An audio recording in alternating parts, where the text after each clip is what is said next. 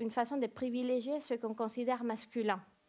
Je vous laisse regarder l'actualité d'il y a 2 semaines. Ici, tout ce qui est considéré féminin sera moins privilégié. Donc les choses comme la collaboration et l'intuition qui sont considérées féminines et qui font partie des outils, des compétences du designer, malheureusement, ne seront pas privilégiées. Je continue à me poser la question en voyant tous ces points rouges, en me disant qu'est-ce que c'est de vivre ça au quotidien? Comment on s'en sort? Et donc j'ai voulu voir s'il y avait quelque chose autour de l'impact, justement, de cette journée. Alors, ce chiffre, il vient d'une enquête qui a été conduite cet été auprès d'une centaine de designers dans le monde. Un designer manager sur 2 déclare faire face à des difficultés psychologiques dans leur travail. Je vous avais dit qu'il y avait avoir un peu d'inconfort. Hein. C'est dur. Mais il y avait quelque chose qui m'a particulièrement attiré l'attention, c'est ce verbatim, dans lequel un participant de cette enquête exprime une certaine perte de sens, une perte de direction. On a même cette impression de courir derrière quelque chose sans trop savoir quoi. Je vous avais parlé d'un problème multifacette. Dans les facettes que je vois, je cite un participant de l'enquête précédente, on voit des feux de poubelle. La situation n'est pas idéale. Alors, on fait quoi? Mon choix à moi a été d'essayer de confronter ce constat qui était sombre avec le vécu des design leaders français. Alors, pour faire ça, j'ai conduit une douzaine d'entretiens auprès de ces mêmes design leaders dans lesquels je leur ai demandé un moment de succès et un moment d'échec dans leur carrière, en me concentrant sur les histoires personnelles, sur leurs ressentis et leurs émotions, pas seulement à ce moment-là, mais plus tard dans leur parcours. De ces premiers sets d'entretien, il y a 2 choses qui m'ont particulièrement marquée. La première, c'était une certaine retenue, surtout chez certains participants, dans lesquels je me suis retrouvée dans des situations où ils étaient dans l'incapacité de raconter un récit précis, ou tout simplement, ils avaient oublié d'avoir vécu des moments pareils. Une autre chose que j'ai remarquée, et ça c'était assez unanime, c'était la capacité réflexive de ces design leaders. Sans qu'on leur demande, après chaque événement, il y aura les apprentissages, les enseignements qui s'en ont sortis de chaque moment de leur vie. Ça m'a donné énormément de matière à traiter. J'ai voulu y faire sens. Comment la travailler? Mon intuition était de créer ce que j'appelle un support de transmission. Et je voulais aller vers quelque chose qui serait intermédiaire entre des supports plus abstraits qu'on peut voir comme les frameworks et des ouvrages beaucoup plus rationalisés, on va dire, et quelque chose qui est plus dans l'anecdotique, comme ce qu'on peut avoir sur les témoignages de podcast, par exemple. Donc, créer quelque chose qui permette d'embarquer la personne dans une histoire et faire un apprentissage qu'on appellera chaud, mais c'est surtout via l'émotion, parce que c'est quand on vit quelque chose ou qu'on croit la vivre qu'on se rappelle. Alors pour ça, j'ai exploré ce qu'on appelle le conte, et plus particulièrement le conte merveilleux. Je pourrais vous parler plus d'une demi-heure là-dessus, mais je vais faire très court. Alors, la première chose, il fallait redécouvrir le format. Parce qu'on connaît tous les contes, hein, mais le conte, il date à peu près du début de l'humanité. C'est la façon de transmettre et de poser des questions qui se transmet de génération en génération, de géographie en géographie. Alors, une des premières choses que j'ai finalement redécouvert, c'est que le conte, il est surtout oral. Et qu'une fois que le conte, il est écrit, en fait, c'est ce qu'on appelle une phase de collectage. Donc, pour ceux qui connaissent leur conte, Perrault, Grimm, en fait, eux, ce sont des collecteurs dans le monde du conteur. C'est-à-dire qu'ils vont recueillir des histoires ancestrales qui existaient déjà depuis des siècles, et ils vont les écrire et les réinterpréter à leur façon. Une autre chose, c'était commencer à explorer des méthodes d'écriture. Bon, là, on est passé par énormément de choses comme l'adaptation des grands classiques, aussi l'utilisation du schéma actantiel, et aussi expérimenter un peu avec l'intelligence artificielle, ce qui m'a permis à moi de libérer ma propre écriture et de me donner des règles pour créer mes propres récits. La partie où je souhaite attirer votre attention, c'est compter le conte. Alors pour ça, je me suis rapprochée des conteurs. Et je me suis initiée à l'art de construire dans la tête une histoire et pouvoir la raconter et l'incarner avec ma voix et mon corps. C'est un art, hein? C'est assez extraordinaire. Mais c'est avec ces conversations et ce travail avec les conteurs que j'ai appris la méthode que j'ai vraiment utilisée pour la construction. Alors elle est basée entièrement sur l'oralité. Ce qui se passe, c'est que vous construisez votre histoire dans votre tête. Vous la racontez à une personne. Vous regardez ses réactions et ses retours autour des structures, autour des personnages. Vous la modifiez et vous la racontez. C'est un processus itératif par excellence. C'est un processus itératif aussi qui permet d'avoir des choses comme Cendrillon. En tout cas, la première version des Cendrillon qu'on connaît officiellement date de la Chine du IXe siècle, avant l'ère chrétienne. Nous sommes peut-être à la deuxième version de Disney aujourd'hui. Les contes, ce sont des récits qui peuvent voyager dans le temps et dans l'espace et s'adapter à chaque époque, à chaque public. En faisant ça, j'ai commencé à construire mes contes en les racontant à des design leaders. Et j'ai remarqué quelque chose de particulier en faisant cet exercice. C'est qu'ils réagissaient bien sûr à l'histoire, ils me rapportaient même des idées pour la fin de mes histoires. Mais je voyais d'autres choses, je voyais des réactions plus incarnées, beaucoup plus émotionnelles autour des personnages et des choses qui semblaient très personnelles. Et c'est là où, pour moi, c'était un moment de sérendipité. C'est-à-dire que j'ai trouvé quelque chose, mais pas là où j'étais en train de le chercher. J'ai ressenti une certaine frustration par cette retenue que j'avais ressentie dans le premier set d'entretien, moi qui voulais des choses incarnées qui venaient du ventre. Et finalement, c'était en faisant quelque chose d'autre, qui était créé un objet de transmission, que je me suis peut-être retrouvée devant cette matière. Alors j'ai décidé de faire une nouvelle hypothèse et de dire que le conte, il devient un objet intermédiaire d'entretien, un objet de médiation finalement, et pas un objet final. Mais ça reste une idée et ça reste un prototype. Donc, on ne peut que le tester. J'appelle ça la narration réflexive. Et la méthode, elle est très simple. Vous savez, un enquêteur qui raconte une histoire face à face. Il n'y a ni support visuel, ni support textuel pour le participant. C'est un moment qui se veut presque intime, en tout cas particulier. Et après, on entame une discussion centrée sur les émotions, les ressentis et plus tard les interprétations qui sont possibles. Et on recommence. Alors, pour faire ça, j'écris 3 contes. Grande fin, le pas de côté et pot de banane. Je pense que c'est difficile d'imaginer ce que ça peut donner, ce type d'entretien, ou en tout cas le fait de raconter un conte. Alors pour vous aider, je vous ai préparé un petit extrait, on va voir si l'audio marche tout de suite. Et à la différence de mes participants, je vous propose cette image qui a été créée expressément pour ce conte, pour vous aider, si vous le souhaitez, à vous immerger. Et on se voit dans 30 secondes. Le pas de côté. Marius est un designer qui monte une échelle. Il va atteindre une étoile qui se trouve tout en haut. Tous les jours, il essaye de monter, mais l'étoile, elle reste loin. Il ne comprend pas comment l'échelle, elle marche. Une échelle, elle est faite pour monter, n'est-ce pas? Alors pourquoi lui, il n'y arrive pas?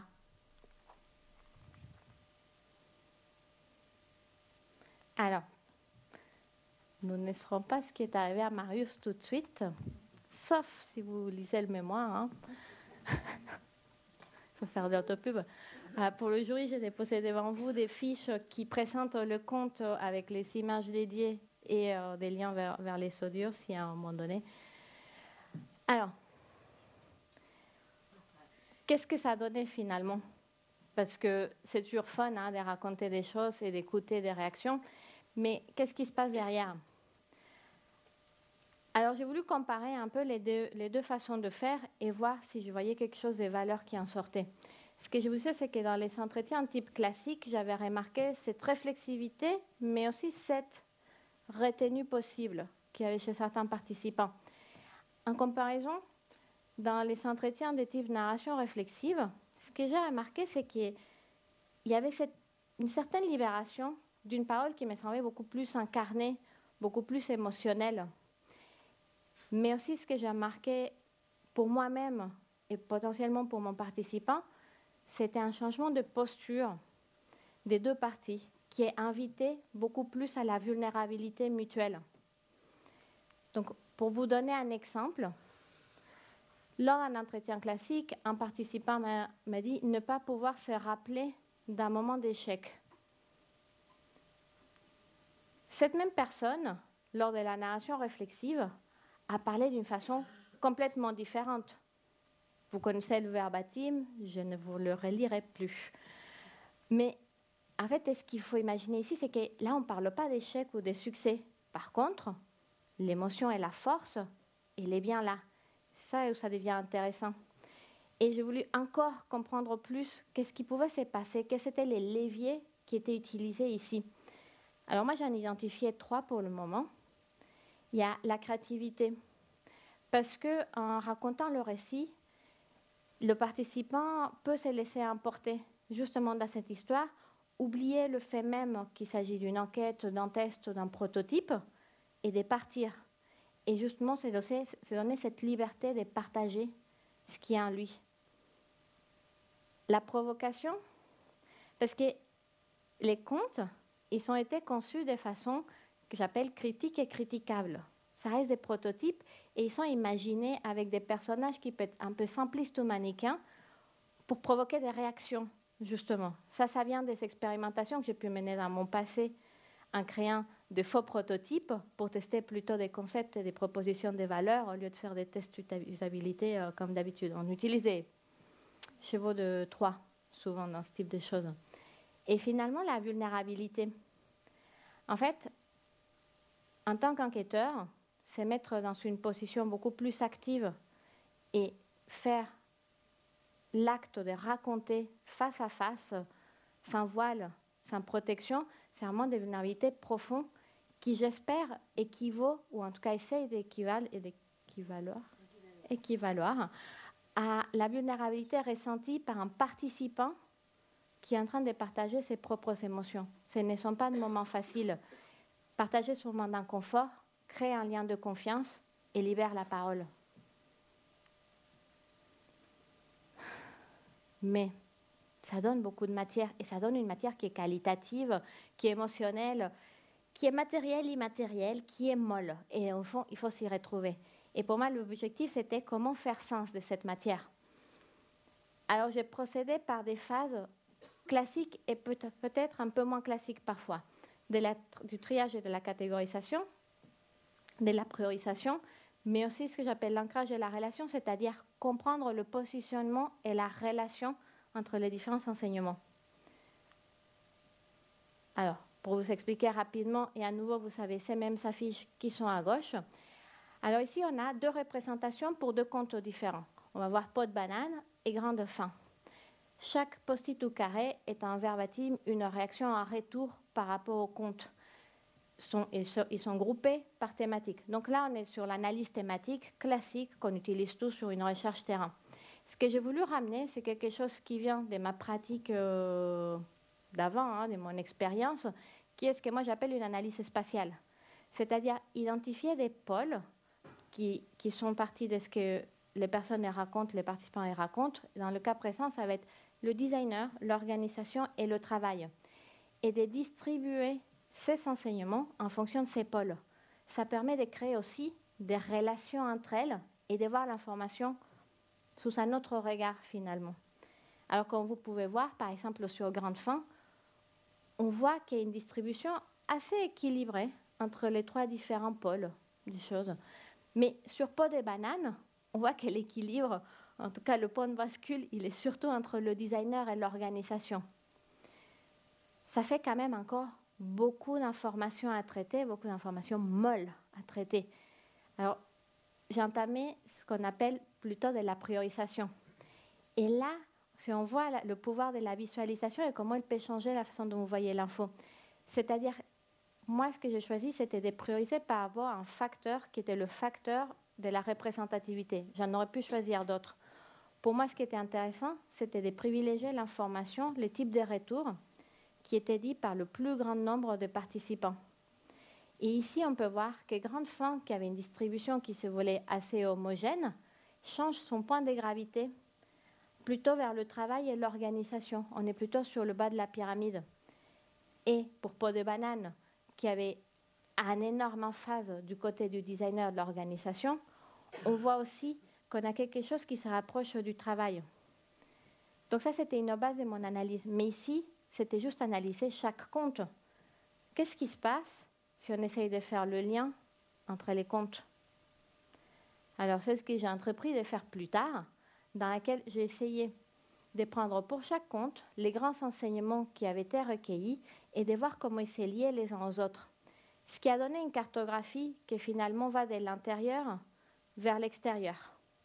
Dans l'intérieur, au niveau du designer, qui se retrouve dans l'organisation, mais une organisation qui se retrouve dans quelque chose d'autre que j'appelle ici la société.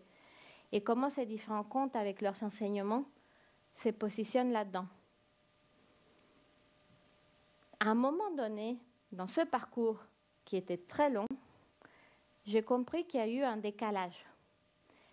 Je vous ai parlé des design leaders, et là je parle des designers. Et je ne vous parle pas des designers tellement en tant que titre que fonction, je vous en parle plutôt en tant que personne.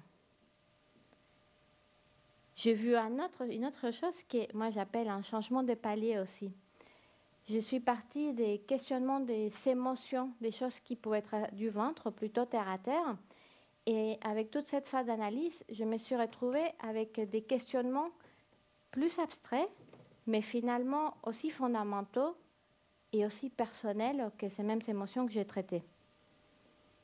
Et je suis arrivée à 3 questions existentielles. Alors, il y a une première question autour de l'équilibre dans l'identité.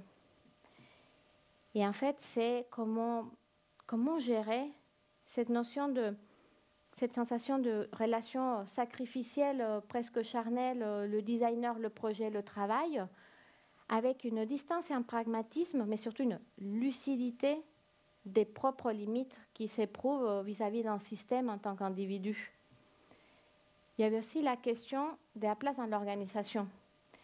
Mais là, je ne vous parle pas de la place qu'on veut y faire, la place qu'on veut leur assigner. Je vous parle de la place qu'ils veulent façonner eux-mêmes.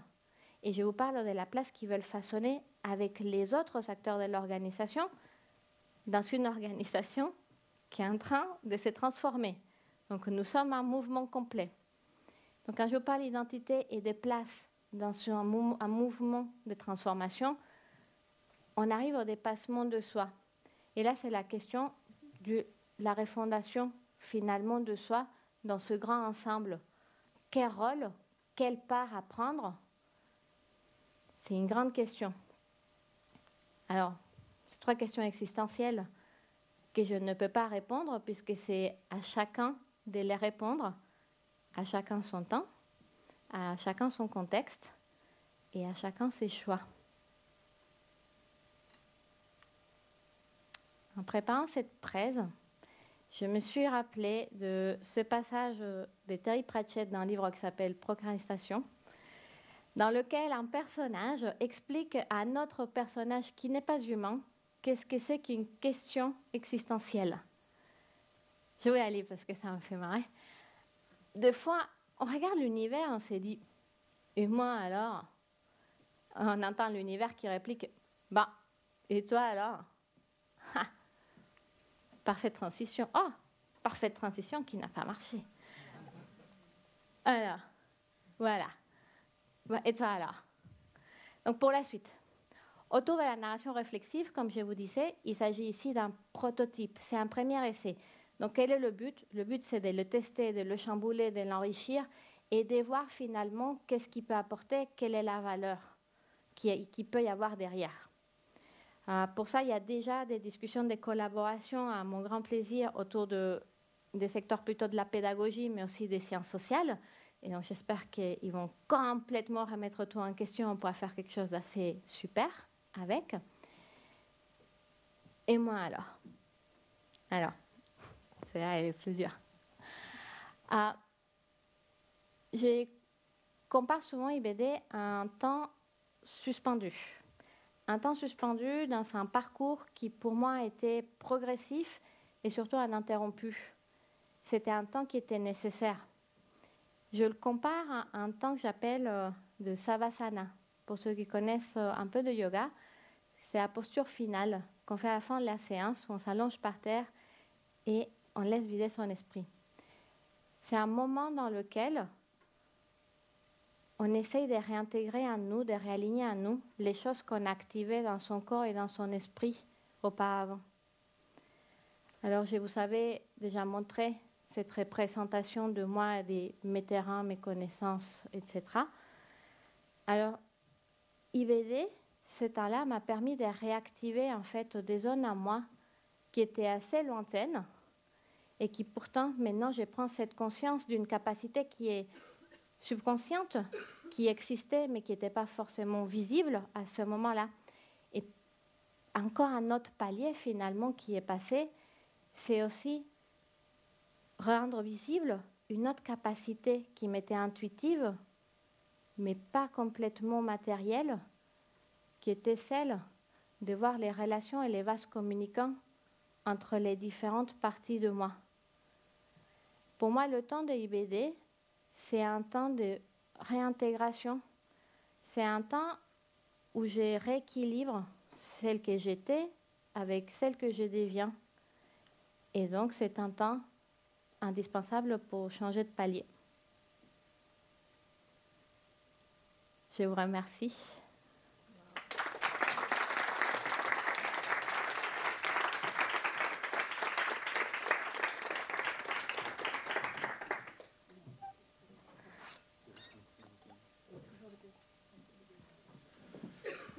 Merci. Merci pour le voyage qui inclut une durée bien plus longue que les 30 minutes qu'on vient de vivre ensemble, puisque effectivement on a voyagé pas mal pendant ces quelques mois et c'était riche, pas toujours construit, mais c'était ça qui était drôle, donc c'était drôle aussi. Voilà. Et moi je tiens à saluer l'engagement, la volonté de construire, de faire du lien, d'essayer, d'itérer, d'accepter le déséquilibre, parce que je pense qu'à certains moments, tu étais en déséquilibre, et la confiance aussi, mutuelle, qui fait qu'à certains moments, tu pensais qu'on n'y arriverait pas, mais on y est arrivé quand même. Et voilà, et je te souhaite évidemment plein de bonnes choses pour la suite, que tu continues cette question-là. On en a déjà parlé, hein, je pense qu'il y a des champs à continuer de travailler sur ces questions, de nouveaux outils pour l'entretien, etc. Et effectivement, tu as toutes les qualités pour ça, mais tu as beaucoup d'autres qualités pour aller travailler dans d'autres domaines. Voilà. Donc, si tu souhaites le faire, je pense qu'il y a énormément de choses à continuer à travailler dans ce domaine-là. Après, il faut trouver le format, le contexte, et il faut se donner les moyens d'y arriver. Mais voilà.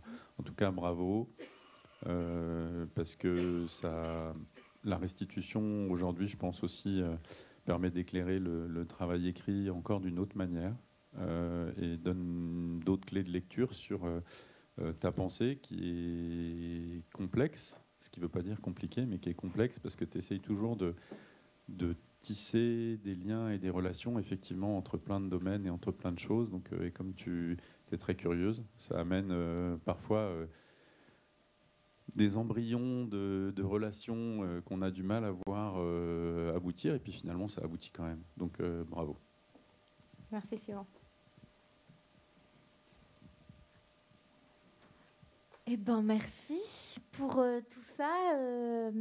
Tu as parlé de lumière au début, ben, on en a eu, hein, c'était très très lumineux tout ça. On On pourrait discuter longtemps du fond du sujet, de formation des designers pour qu'ils apprennent à mieux appréhender ça, de référentiels, enfin de plein de choses qui m'étaient venues et que j'avais notées en lisant ton mémoire. Mais alors on va parler d'autre chose. C'est des émotions et de la création. En fait, l'anecdote, moi, c'est que quand j'ai ouvert le Drive avec... Il y a vos noms et il y a des fichiers. Le premier sur lequel j'ai cliqué sans le vouloir, c'était directement les comptes. Donc j'ai lu les comptes, sans savoir du tout de quoi on parlait. Et je m'y suis retrouvée. Alors, est-ce que c'est parce que je traîne dans ce milieu depuis des années et que j'ai subi les affres des designers intégrés, ou parce que c'est plus universel? En tout cas, je m'y suis très bien retrouvée. Donc après, j'ai lu le reste avec beaucoup d'appétit. Moi, ce qui me plaît dans ce travail, c'est évidemment toute la dimension émotionnelle que tu y mets. Et c'est le fait, c'est ce qu'on attend d'IBD, et c'est ce qui fait que ce soit différent ici qu'ailleurs, c'est qu'il y a de la création. Et c'est génial quand il y a de la création. Et il y en a eu. Il y a de la production créative par des contes, par des images.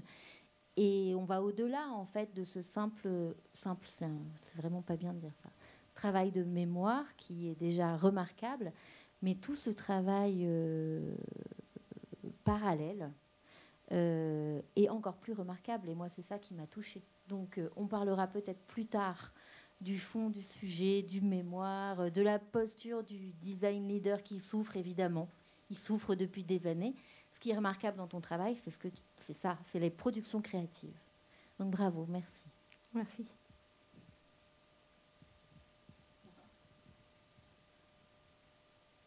J'avoue que je suis un peu séchée par la présentation aussi.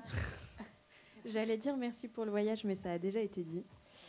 Je dois confesser aussi que pour être dans cette situation, quand j'ai commencé à lire le mémoire, j'étais très ronchon au début, parce que le tableau qui est dépeint est très noir. Et je me suis dit, ça donne pas du tout envie aux designers de s'investir dans ce sujet, et on dépeint un monde qui est affreux, alors que c'est pas forcément la perception que j'en avais. Et en fait, quand je suis arrivée au compte, j'ai vécu la même chose que toi. Je me suis retrouvée dans tous. Et je me suis dit, c'est si vrai, c'est si juste, c'est drôle, c'est léger alors qu'on parle de sujets, et ça m'a posé plein de questions. Et au-delà de ça, je me suis laissée prendre par le titre, avec un fond d'espagnol. J'ai eu parlé l'espagnol, et puis sans pratiquer, je ne le pratique plus, mais Ser ou Estar, on a quand même passé beaucoup de temps là-dessus. L'état transitoire ou la définition de ce qui nous caractérise en tant qu'être. Et je me suis dit, quel drôle de choix. Et en même temps, quand j'ai parcouru le mémoire, ça a pris sens. Et à la fin, je m'interrogeais quand même en me disant, mais où est-ce qu'elle a été chercher ça? Et là, on amène la référence au rock. Et je me dis, c'est fantastique, parce qu'en fait, c'était, à chaque fois que je me posais une question, il y avait la réponse. Et j'ai vécu le truc comme vraiment un parcours, une balade qu'on a pu faire. Et merci pour ça, parce que c'est rarement le cas. Et je trouve qu'il y a une dose de créativité aussi. On dit que l'innovation, c'est la capacité à faire des liens ou à repositionner dans d'autres contextes des choses qui viennent de contextes totalement autres. Et c'est une très belle démonstration. Merci aussi parce que je trouve que méthodologiquement, pour avoir beaucoup fait de la recherche sur ce sujet, pour avoir produit des frameworks, ça donne un éclairage nouveau. Et pourtant, c'est le cœur de mon expertise et j'ai quand même appris plein de trucs. Et ça, c'est assez fantastique de redécouvrir des choses sur un thème qu'on a exploré de fond en comble d'un point de vue de littérature. J'avais 2 questions, mais qui sont presque anecdotiques par rapport au voyage. C'est plus un questionnement personnel, mais comme c'est aussi dans la thématique, je le partage. Est-ce que c'est réellement propre aux designers ? Ça peut s'expliquer par le fait qu'en fait, on apprend le design en école, mais on n'apprend pas à manager. Est-ce que c'est pas juste une découverte du management qui pourrait s'appliquer à d'autres professions qui sont nouvelles dans l'organisation et qui peuvent vivre cette crise identitaire? Je pense à la data, je pense aux sciences sociales. Qu'est-ce qui pourrait le rendre propre au design et qui justifierait qu'on se plaigne que le design ne trouve pas sa place, alors que c'est peut-être juste une question d'intégration d'une compétence nouvelle et de découverte du management pour des personnes qui n'y sont pas formées. Et en ce sens, je trouve que le conte est un super outil pédagogique pour faire vivre par procuration les situations et donc amener une réflexivité avant que ce soit le cas dans l'entreprise pour avoir des armes quand on va s'y confronter. Et j'aurais juste aimé, même si ça me dérange de poser cette question, mais je me suis beaucoup interrogée sur les photos. À un moment, tu expliques le processus en disant processus d'extraction, etc. Et ça a un côté très énigmatique. Je ne sais pas si j'ai envie que tu me le racontes parce que ça peut rester un mystère, mais j'ai quand même envie de t'entendre un peu sur l'intention plus que sur l'explication de pourquoi avoir associé ces images à ces contes. Ok. Ouais, je vais essayer de tout rappeler, mais déjà et merci, parce que ça me touche beaucoup. J'ai lu une partie de ta thèse, je n'ai pas réussi à tout lire. Je suis désolée. Mais... Et c'était hyper intéressant.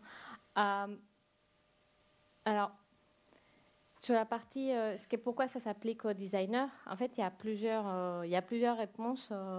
Ça se fait dans la construction. Bon, déjà, c'est un terrain que je connais très bien parce que ça fait 15 ans que je suis designer intégré et plutôt dans des environnements où on ne s'attendait pas du tout.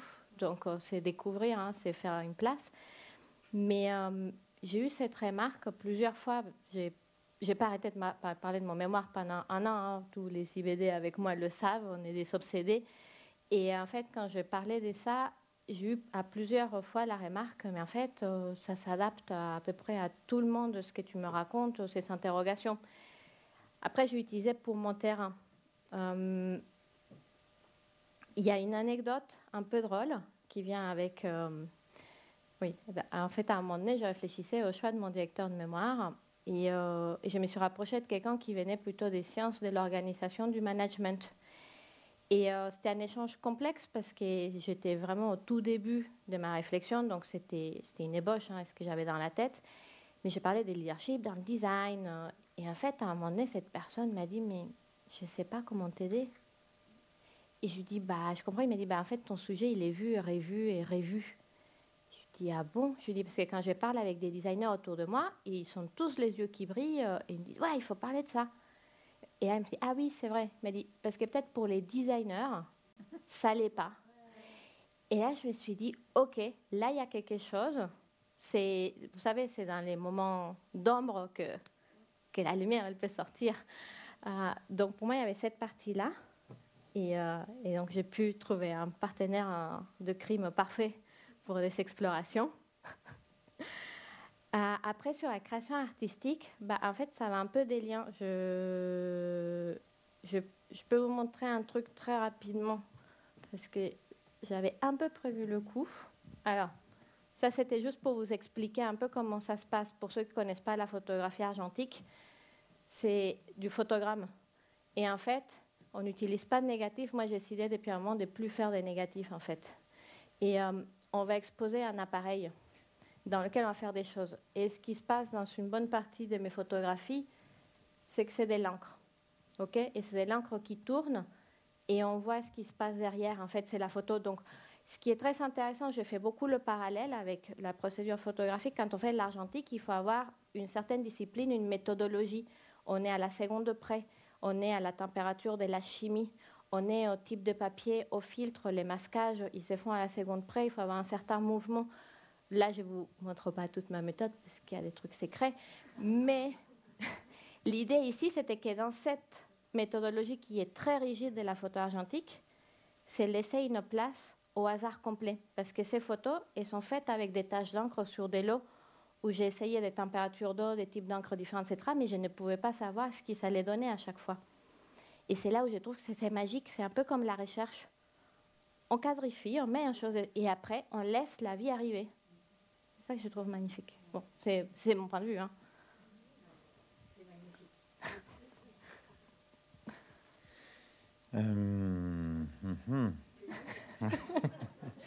Moi, j'ai commencé par les contes aussi. Parce que ça tournait, en plus, j'arrivais pas à télécharger le document, mais je pense qu'il est assez lourd.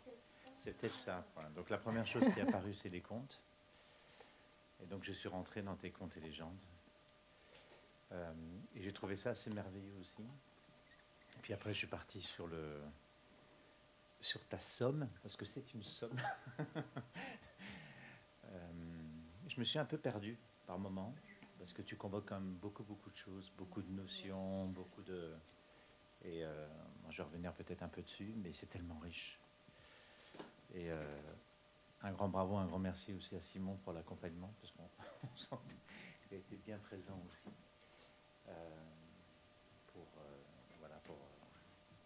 pour réarticuler, réarticuler. Et puis, je pense que ça, on a pu voir ta patte aussi à ce niveau-là.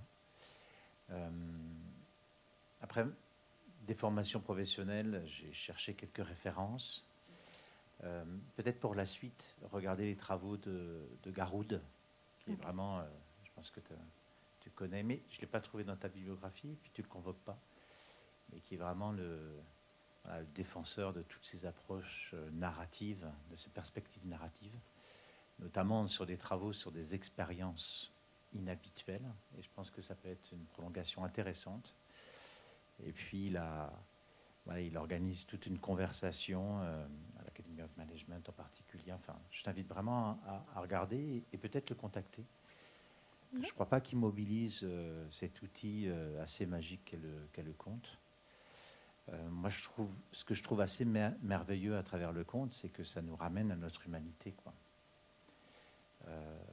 Ça nous relie à notre histoire, mais ça nous ramène surtout à notre humanité. Et Dieu sait si nos organisations, certaines organisations en manquent. C'est pour ça que je ne suis pas tout à fait d'accord avec toi. Je crois que ces approches peuvent peut-être un peu plus s'ancrer dans des organisations qui manquent de sens, ou qui ont perdu en tout cas leur raison d'être. Je trouve que ça serait intéressant d'explorer un petit peu cette voie-là.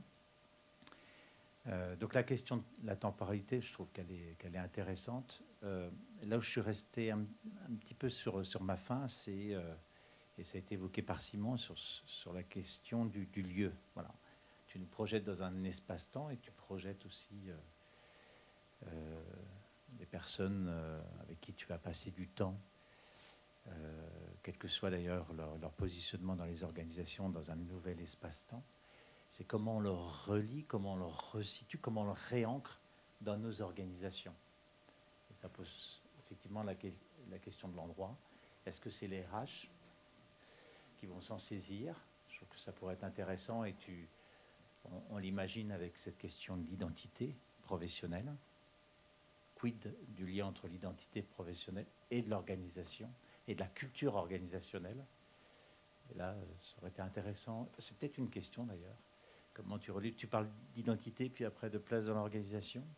On a tendance à travailler sur ce lien, identité professionnelle, culture organisationnelle. Comment toi, tu vois les choses? Ça peut être un premier point. Mais ça peut être aussi à un autre endroit.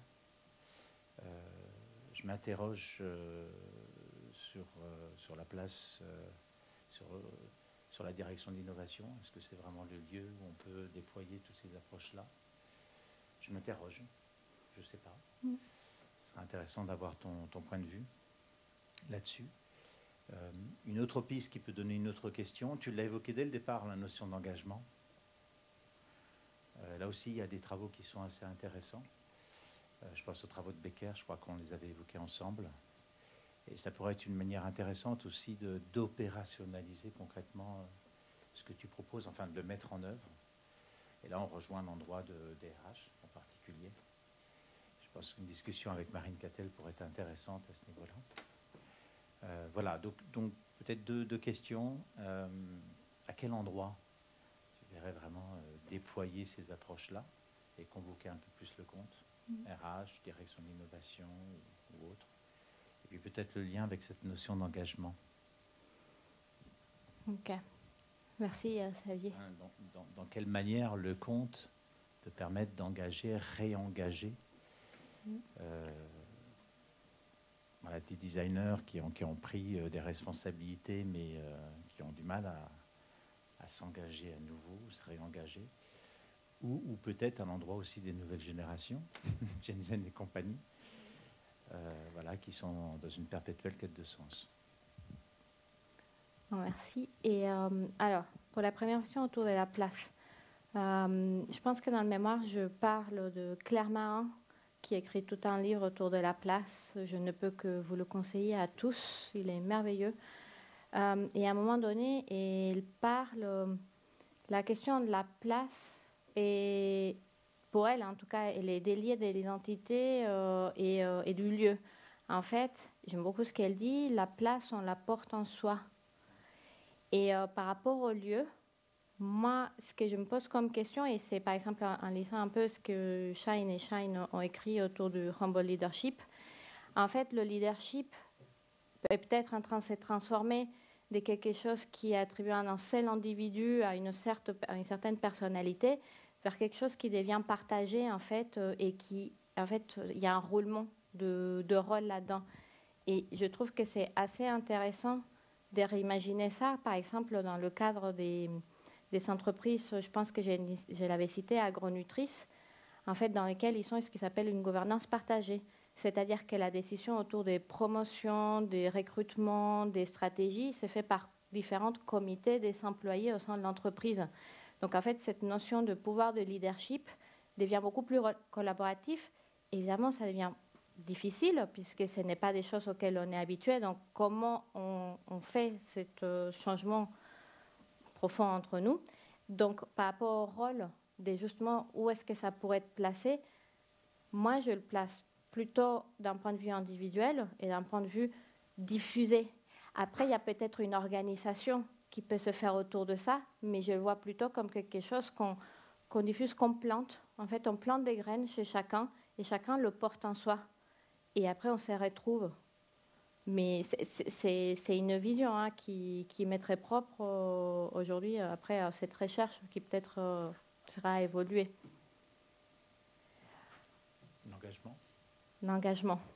Alors, juste, est-ce que tu peux préciser un peu plus où tu vas aller sur la partie engagement, que je sache Ouais.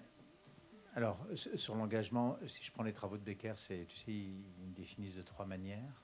Il y a la dimension, on s'engage dans une organisation parce qu'on y trouve un intérêt souvent pécunier, c'est dans une logique calculatoire. Il y a une dimension assez affective. Ça, c'est la deuxième. Voilà, on rejoint et on s'engage dans une organisation parce qu'il y a de l'affect aussi, il y a de l'émotionnel. Donc ça, c'est une dimension que tu touches de doigt. Et puis, il y a une troisième dimension qui est plus normative. Voilà. Et on rejoint la question des valeurs, la raison d'être. Donc, voilà. Et je trouvais que c'était intéressant peut-être de faire ce rapprochement-là. Et si je ne me trompe pas, tu convoques cette notion-là. En tout cas, tu l'évoques, tu l'as évoqué à l'oral. Donc c'est pour ça que voilà, faudra peut-être aller un peu plus loin. En fait, mais c'est peut-être une vision. Je vais essayer de répondre, mais je suis pas. C'est peut-être des visions qu'on a qui sont un peu différentes. Et j'y repense à Mehdi Berada, le PDG de Agronutrice, quand il parle des failles narcissiques. Et en fait, je pense aussi à cette série que je pense que vous connaissez tous, Severance, sur Apple. Je fais une pub. Et en fait, on ne peut pas décorréler qui on est personnellement à partir du moment où on rentre dans son organisation, dans son espace de travail, on le porte où on en soit. Donc oui, on peut parler d'un engagement, par exemple, qui est très terre à terre, qui est pécunier, mais finalement, on se trouve à des endroits où on se trouve parce qu'on a des failles narcissiques dans lesquelles on est conscient ou pas, on a des besoins profonds qui se retrouvent là-dedans, qui font appel à ça, qui nous blessent peut-être encore plus, je ne sais pas, mais chacun a ce cheminement-là. Donc je pense que l'engagement, c'est quelque chose de très profond et qui a des couches, mais des couches qui sont liées entre elles. Donc je pense ici que ce n'est pas la question de délier les couches et essayer de les séparer, parce que je pense que c'est quelque chose qu'on essaye de faire beaucoup en entreprise, compartimenter le personnel. Voilà, il faut être professionnel. Combien de fois on a entendu cette injonction, mais plutôt, comme tous les biais, d'identifier le biais.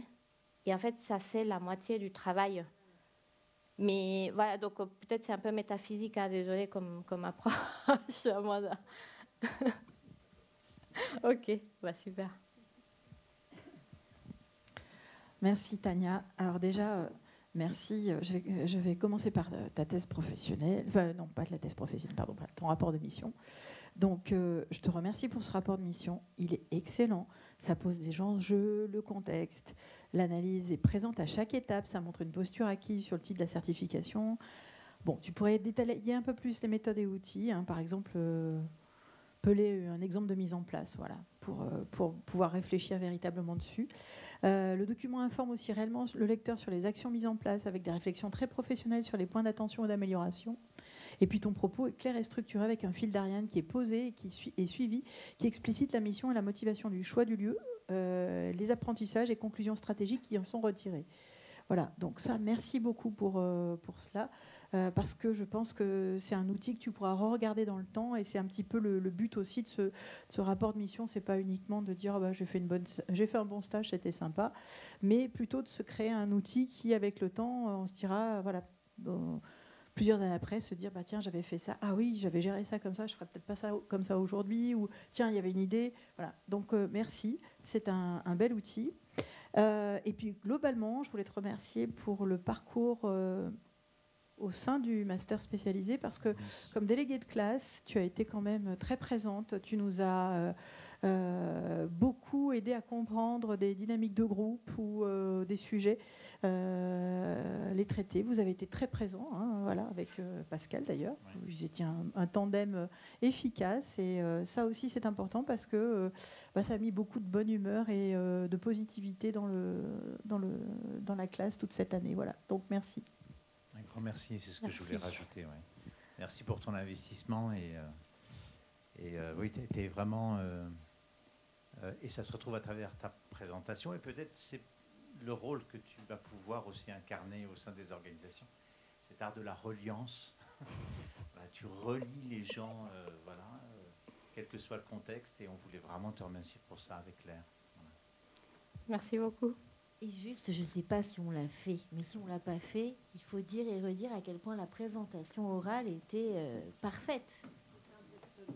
C'était un TED, mais oui. Ah, merci. Les silences au bon moment, même visuel, enfin tout, ta prestation orale, la présentation elle-même. Oui. Non, parfait. Très, très bien. La promotion de ton mémoire. Oui. Oui, je vais vous citer plus tard. Non, merci beaucoup. Ça me touche beaucoup, et ça me touche beaucoup que tout le monde était là. Merci encore.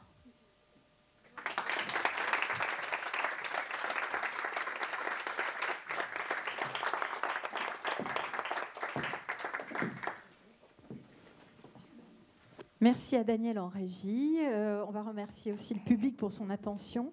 Nous allons vous retrouver en début d'après-midi à 13h45 pour la suite des soutenances. Merci à Daniel en régie. On va arrêter là l'enregistrement.